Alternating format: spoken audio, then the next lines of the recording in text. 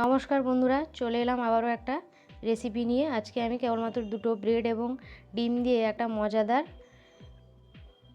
পুডিংয়ের recipe করে দেখাবো। আমি প্রথমে ব্রেডগুলোকে কেটে নিব ছোট ছোট টুকরো করে। ব্রেডগুলো আমার কাটা হয়ে গেছে। এরপরে একটি বাটিতে আমি ব্রেডগুলোকে ঢেলে নিব। ব্রেডগুলোকে আমি ঢেলে নিয়েছি একটা বাটিতে। এরপরে একটা ডিম ফাটিয়ে নিব ওই ব্রেডের উপরেই। আমি ডিমটাকে ফাটিয়ে নিয়েছি। এরপরে দিয়ে দিব 1 কাপ দুধ। দুধটাকে আমি ব্রেডের সঙ্গেই দিয়ে দিব। দুধটা ঢেলে নিয়েছি আমি। এরপরে দিয়ে দিব আমি 2 চামচ চিনি। আমি 2 চামচ চিনি দিয়ে দিয়েছি। আমি যখন দুধটা গরম করেছিলাম তখন 2 চামচ চিনি দিয়েই ফুটিয়েছিলাম, তাই এখন আর 2 চামচ চিনি দিলাম। আপনারা যদি বেশি মিষ্টি খেতে চান তাহলে আরও 2 চামচ চিনি দিতে পারেন। আমি মিশ্রণটাকে মাখিয়ে নেওয়ার পরে এবার একটা সসপ্যান বসিয়ে দিব গ্যাসে। এবার ওটাতে 2 থেকে 3 চামচ আমি চিনি দিয়ে একটা ক্যারামেল তৈরি করে নিব।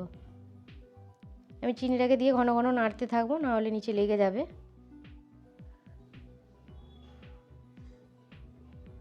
আমার ক্যারামেলটা তৈরি হয়ে গেছে। এবার ক্যারামেলটাকে আমি একটা টিফিন কৌটায় ঢেলে নিব। ক্যারামেলটাকে আমি একটা টিফিন কৌটায় ঢেলে নিয়েছি।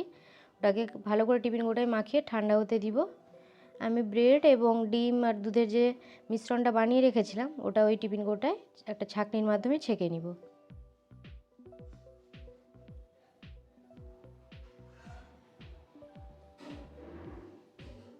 আমি মিশ্রণটাকে ভালো করে ছেঁকে নিয়েছি। এবার ঢাকনা লাগিয়ে দিব টিফিন কৌটায়। এবার একটা গ্যাসে কড়া বসিয়ে ওতে জল দিয়ে একটা স্ট্যান্ড বসিয়ে দিব। এবার টিফিন কৌটাটাকে বসিয়ে আমি একটা ঢাকনা দিয়ে আধ ঘন্টা আমি ওটাকে ফুটিয়ে নিব। ওটা হয়ে গেছে, নামিয়ে নিয়েছি।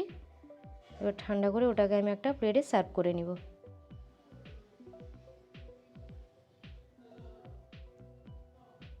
পুডিংটা একটা প্লেটে ঢেলে নিয়েছি। দেখুন কত সুন্দর কালার হয়েছে, খুব সুন্দর হয়েছে পুডিংটা। রেসিপিটা তাহলে এখানেই শেষ করছি। ভিডিওটা যদি ভালো লেগে থাকে তাহলে একটা লাইক, কমেন্ট, শেয়ার করে দিবেন। আর সাবস্ক্রাইব করতে কিন্তু ভুলবেন না। আর যারা ফেসবুক পেজ থেকে দেখছেন পেজটিকে অবশ্যই ফলো করে দিবেন।